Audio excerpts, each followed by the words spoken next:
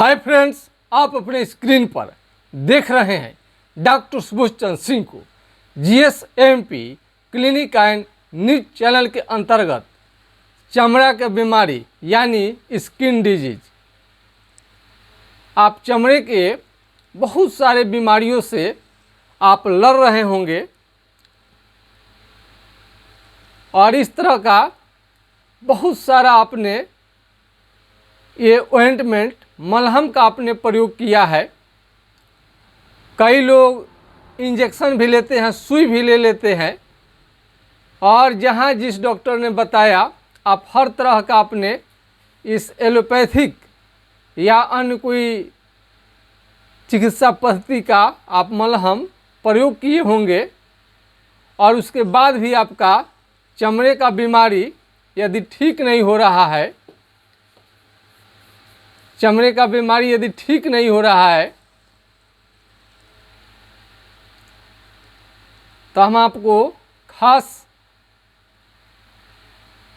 आपको हम ट्रीटमेंट बताएंगे।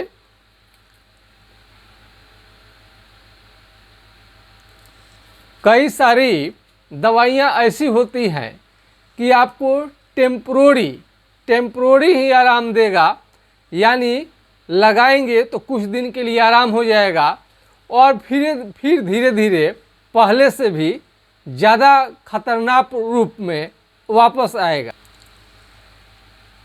यदि विभिन्न तरह के चर्म रोग आपको हो गए हैं, विभिन्न तरह के चर्म रोग हो गए हैं तो आपको चिंता करने की ज़रूरत नहीं है। चमड़े का कई प्रकार का बीमारी होता है। टिनिया, रिंग वर्म यानी पैसे के आकार का गोल यदि आपको चमड़ा का बीमारी है या पैसे के आकार का, रिंग माने अंगूठी, और गोल यदि आपको पूरे शरीर में आ रहे हैं तो ये आपको रिंग वर्म है, यानी दिनाय आप कहते हैं। विभिन्न तरह का मलहम लगाते हैं लेकिन उससे केवल और केवल आराम मिलता है। चमड़े का बीमारी कई प्रकार का होता है। चमड़े का बीमारी कई प्रकार का होता है। उसमें कुष्ठ रोग एक अलग है, उसमें चमड़ा क्या होता है, सुन्न पड़ जाता है। लेकिन सारे चर्म रोग में चमड़ा सुन्न नहीं पड़ता है। तो सबसे पहले अपने चमड़े को अंतर समझ ले। यदि आपको कोई भी चमड़ा का बीमारी लगता है काला हो गया है और वहाँ पर मक्खी भी आने लगती है, मक्खी भी आने लगेगी, थोड़ा सा अगर मक्खी लगने लगे तो आप समझिए कि आपका बीमारी जो है और घातक बन चुका है। आप इसमें स्क्रीन में देख सकते हैं, इसमें आप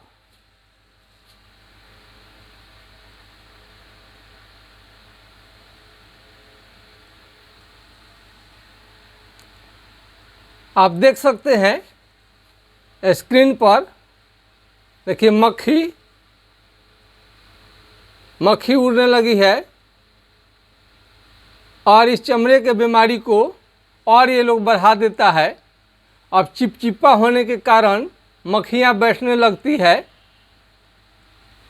और आप इतने ज़्यादा क्रीम का प्रयोग कर देंगे बाहर से कि चमड़ा सड़ने लगते हैं और चमड़ा जब सड़ेंगे तो उसमें से मवाद, चिपचिपे पदार्थ आपको निकलते मालूम पड़ेंगे और आपका चमड़े सड़ने लगेंगे। तो इसको अंदर से रिपेयर करना पड़ता है, यानी अंदर से इसको ठीक करनी पड़ती है।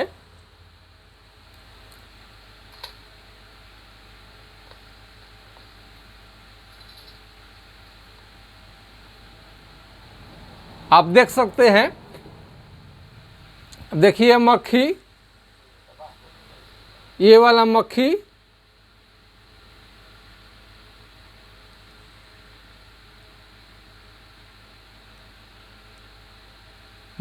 आप मारते मारते हैरान हो जाएंगे और आपको काफ़ी दिक्कत करेगा। कई मरीजों को हमने ठीक किया है अभी।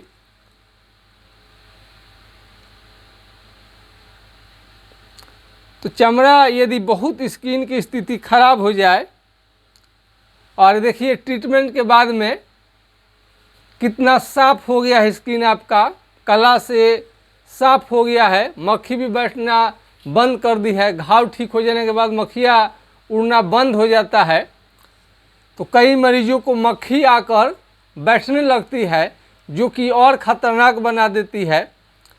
तो कोई भी चमड़े का बीमारी है, यदि आपको उसमें ठीक नहीं हो पा रहा है, कुष्ठ रोग में क्या होता है, पिन अल्पिन सुई, कोई भी चमड़ा का बीमारी है उसमें चींटी काटने से, कलम हिलाने से यदि मालूम नहीं चले चमड़ा सुन्न हो जाए, तो वो अलग, सुनबहरी लोग कहते हैं, लेकिन कुष्ठ रोग है वो अलग प्रकार की बीमारी है। और जितने भी असाध अवस्था में पहुंच गए हैं, वो सारे के सारे आपका ये चमड़े का बीमारी ठीक हो जाएंगे होम्योपैथिक दवा से। होम्योपैथिक इलाज से सबके सब क्या होते हैं, ठीक हो जाते हैं। यदि आपको लेप्रोसी कुष्ठ रोग हो गया है, लेप्रोसी कुष्ठ रोग हो गया है, तो हमने हर वीडियो में हमने बताने की कोशिश की है कि हाइड्रोकोटाइल 4 बूंद सुबह शाम कुछ दिनों तक लेनी चाहिए। इससे कुष्ठ रोग में बहुत फ़ायदा होता है, बीमारी कंट्रोल में रहता है, और इसे कभी ठीक नहीं होता है लेकिन कंट्रोल रहेगा। लेकिन इस बीमारी को ठीक करने के लिए, लेप्रोसी कुष्ठ रोग को, इसको जड़ से मिटाने के लिए आपको पूरा लक्षण बता करके तब इलाज लेनी पड़ेगी, तब जा कर के आपका बीमारी ठीक होता है।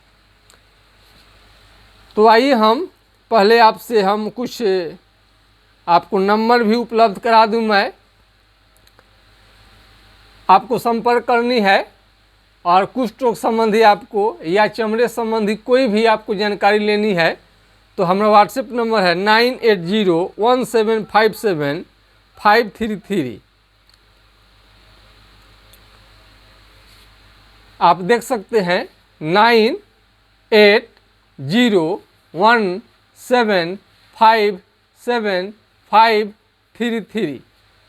ये आपका व्हाट्सएप नंबर है। इस पर आप अपना नाम पता एड्रेस लिख करके सलाह ले सकते हैं। और एक दूसरा नंबर है 7070333342, इसको भी आप नोट कर सकते हैं। तो कैसा भी चमड़ा का बीमारी क्यों ना हो, उसमें मक्खी बैठने लगे, और बार बार के मलहम के प्रयोग से आप इस बात को समझिए कि कोई भी मलहम से बीमारी जड़ से ठीक नहीं होता है, कोई भी चमड़े का बीमारी, बल्कि उसको ठीक करने के लिए अंदर से आपका लक्षण के अनुसार दवा चलेगा, तभी जा कर के ठीक होगा। पुराना से पुराना चमड़े का बीमारी है, 10 साल 20 साल 30 साल 40 50 साल पुराने तक में भी दवा बहुत आसानी से ये काम करता है। तो इसमें आपने देखा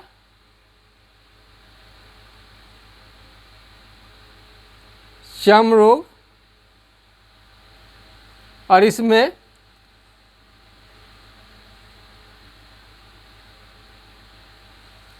ये सब लिखा रहता है, लेकिन मलहम से कोई भी बीमारी ठीक नहीं होता है। ठीक करने के लिए आपको डिटेल सारा जानकारी आपको देनी पड़ेगी, सिम्टम लक्षण के अनुसार इलाज चलेगा, तभी भी ठीक होगा। आपका समय ज़्यादा बर्बाद हो जाता है इधर उधर में, बात को समझेंगे नहीं, तब तक कोई बीमारी जड़ से नहीं जाएगा।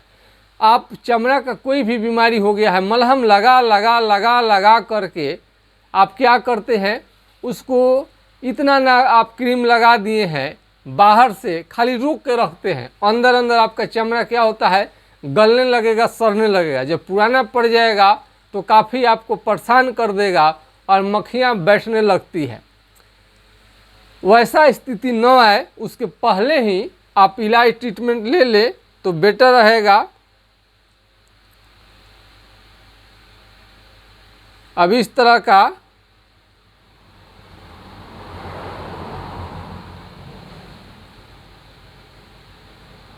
अब इस चमड़े का बीमारी में यदि क्रीम आप लगा रहे हैं,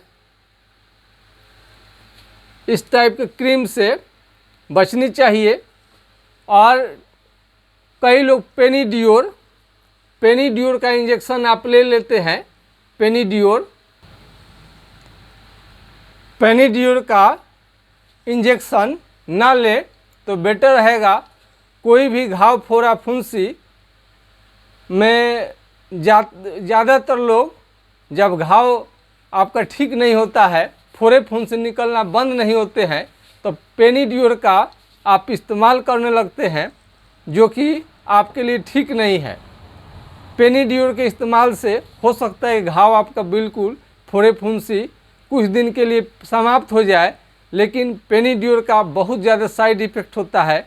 आपका हार्ट संबंधी दिक्कत हो सकता है, यहाँ तक कि बच्चे में यदि इंजेक्शन लगवा देते हैं तो जान भी जा सकता है।